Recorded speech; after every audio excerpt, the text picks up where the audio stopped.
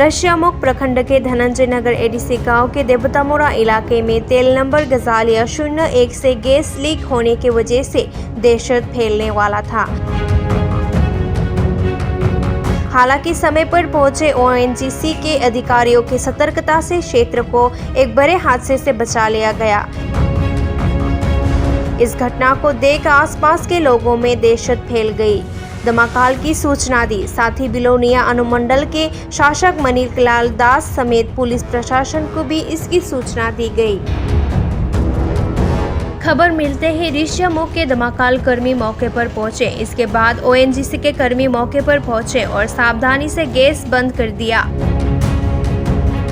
ज्ञात हुआ है कि ये गैस लीक किसी यांत्रिक खराबी के कारण हुआ है। बिलोनिया अनुमंडल शासक मानिकलाल दास घटना स्थल पर मौके पर पहुंचे। उसके बाद उन्होंने मीडिया को बताया कि ओएनजीसी के कार्यकर्ताओं ने गैस लीक को काबू में कर लिया है।